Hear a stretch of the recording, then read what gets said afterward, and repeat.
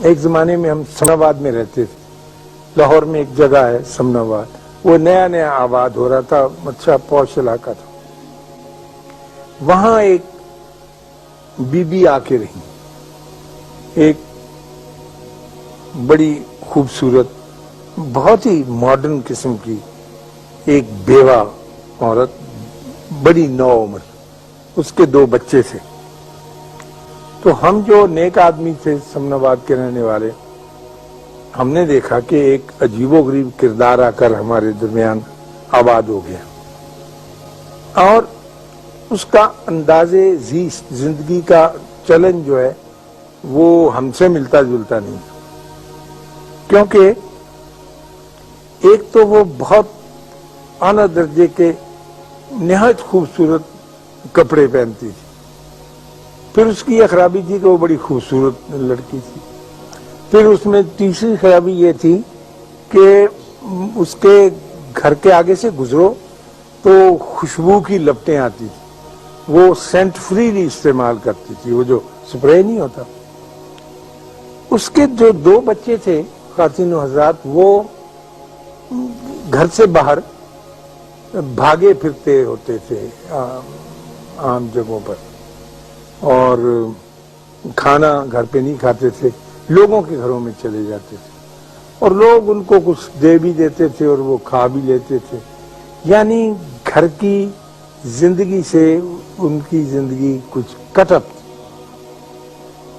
اور یہ ہم نے دیکھا کہ اس خاتون کو کچھ عجیب و غریب قسم کے مرد بھی ملنے آتے تھے. یعنی ان کی گاڑی, مثلا جو گھر کا عزیز اسرار, اس کی گاڑی کا نمبر آپ جان جاتے ہیں, ان کے ہاں مختلف نمبرز کی گاڑیاں آ کے کھڑی ہوتی تھی. پھر ایک آدمی وہاں گیا ہے, وہ نکلا, پھر دوسرا. تو ظاہر ہے ہم جیسے بھلے آدمی تو کوئی اچھا نتیجہ نہیں نکال سکتے. وہ ان کے بارے میں ہم ایسا ہی رویہ تھا جیسا اب آپ کو میں یہ کہانی سنا رہا ہوں, تو آپ کے دل میں بھی لا مالا یہی خیال آتا ہے کہ ایسے لوگ. تو ہمارے گھروں میں آپس میں جمعے کے وقت مسجد میں بھی چیمیں گوئیاں ہوتی تھی کہ یہ کون آ گیا ہے جو ہمارے اس علاقے میں آ کر آباد ہو گیا.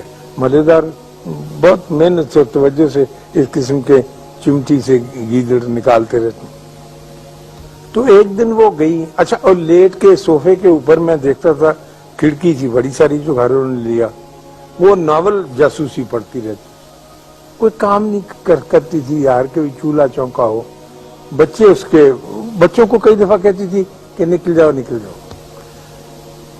تو ایک دن وہ گر گئی سبزی کی دکان پر, تو اٹھا کے لوگوں نے چھینٹے وینٹے مارے تو لا کے رکھا. تو 3 دن کے بعد وہ فوت ہو گئی, اچھی صحت میں. تو وہ جو بندے آتے تھے وہی ان کو کفن دفن کے لیے لے گئے.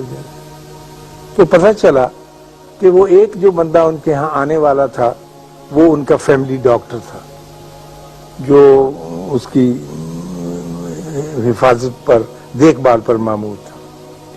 اس عورت کو ایک ایسی بیماری تھی کہ جس کا کوئی علاج نہیں تھا. کینسر کی ایسی خوفناک صورت تھی سکن وغیرہ کی کہ اس کے بدن سے بدبو بھی آتی رہتی تھی, جسم پر زخم ایسے تھے, اور اسے سپرے کرنا پڑتا تھا اپنا, تاکہ کوئی قریب کھڑے یا وہ نکلے تو اس کو تکلیف نہ ہو. اور اس کا لباس اس لیے ہلکا ہوتا تھا کہ غالباً بدن کو چبھتا تھا, جو بھی سکن میں ڈیزیز اس کی پیدا ہو گئی.